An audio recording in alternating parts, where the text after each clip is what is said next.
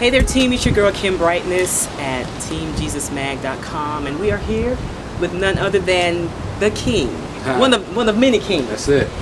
King Edward Long. So glad to be here with you. How are you doing today? I'm feeling great. You know what I'm saying? Looking great. I kind of feel like Obama's sitting next to you right now. Come on, I feel like come we're on, Obama. CNBC or something right now. So Get it's going outta up in a here. major way. But Team Jesus, thank y'all for having me. Oh, we're glad to be here. We're glad to be here. So tell us what's been going on. We know that, I guess maybe a week ago, Preachers of Atlanta, the season finale happened. Yeah. Show is closed. So where are you now, and what was your role on the show? Role was real simple. You know, I played more of a glorified cameo position.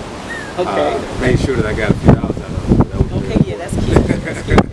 You know, if they're going to exploit you, there's got to be, you know, something in there. But I wasn't game for the full exploitation. I more so wanted to come in and really be focused on sharing the message and things of that nature. So being quite serious about it, being funny, I think that was accomplished in serving as a catalyst for a storyline dealing with my man Kyle and Jagged Edge and the domestic violence situation they had. Yes. And then also in the first episode, you know, being involved in the conversation that was spurned by Lyndon Johnson, just about, you know, how do we share the gospel and reach people who are dealing with sexuality, who are dealing with sexual activity and things of that nature. So we all had a different thought, a different approach. Some of us were aligned, some of us were anti to the other, but I think at the end of the day, everybody really does want to spread the gospel and the way that Jesus would do it, or the way they feel convicted that Jesus would do it. So you got to love and respect that at the same time. Exactly. That's what the team is all about. I mean, we have to get together and have dialogue. We have to be one and come up with solutions to some real world issues. Right. Because it's going on. It's going down. We cannot act like All day, every day. it doesn't exist.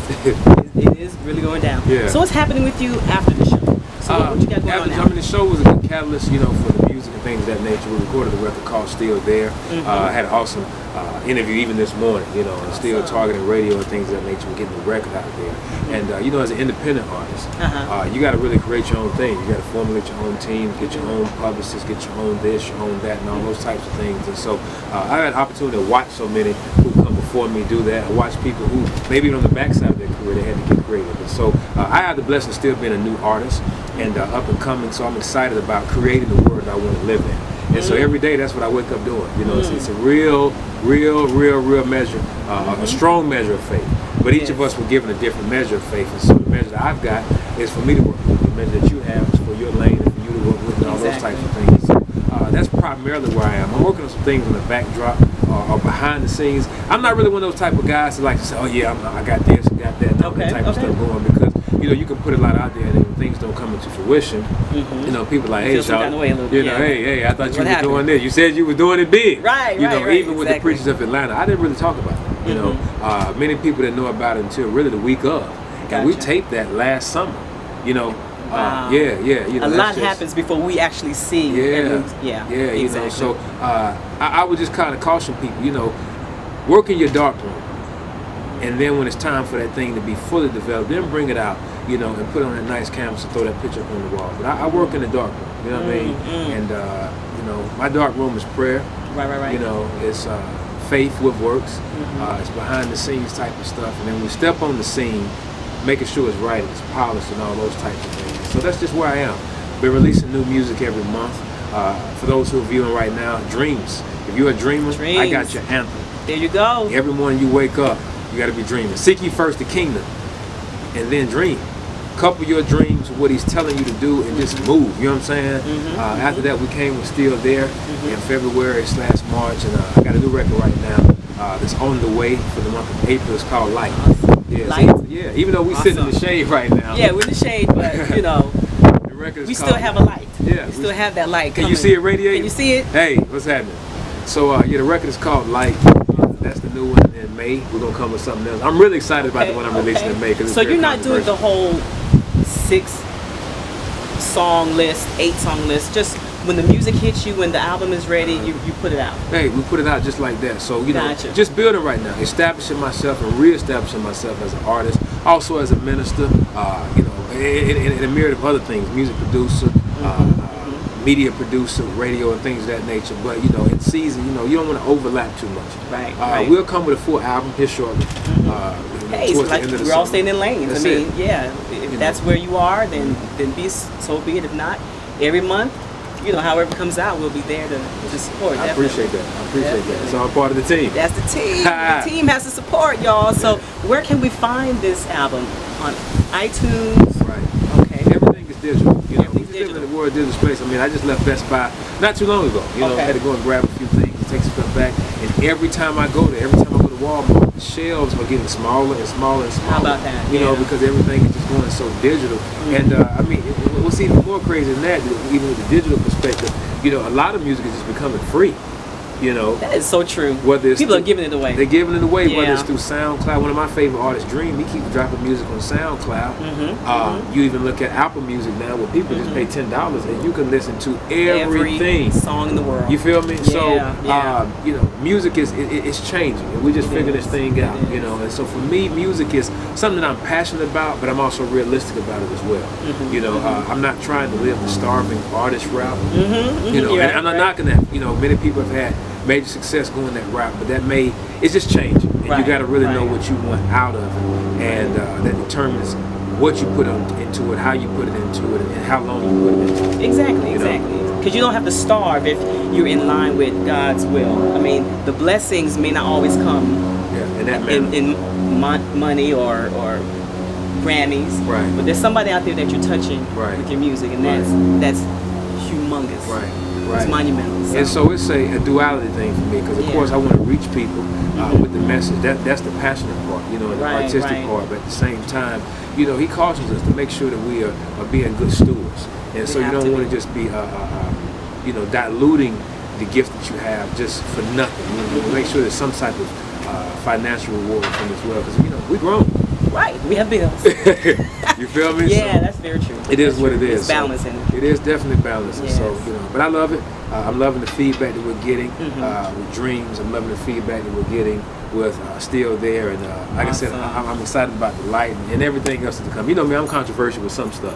You know, I'm gonna push it to the limit. You're on edge. Let's you're do on it. edge. You know, you have your boundaries, but sometimes you push it, and that pushing it gets the attention of others where they may not pay you any attention.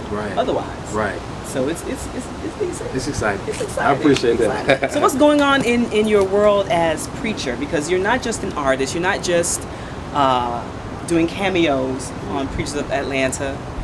You have the Word of God in you. Wow. You have something to say. You have something to share with the people of God. So where does God have you right now in ministry?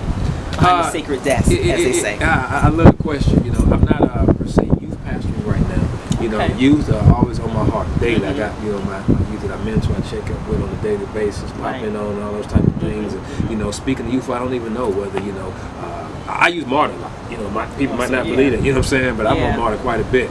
You know, seeing youth there and things of that nature, speaking to them, whether I'm in the airport, traveling here and there and third, if I'm out kicking it, whatever the case may be. So that's always going to be a major aspect of who I am. But like you said, your gift, it makes room for you. It does. And so it means that we're bigger than just our gifting.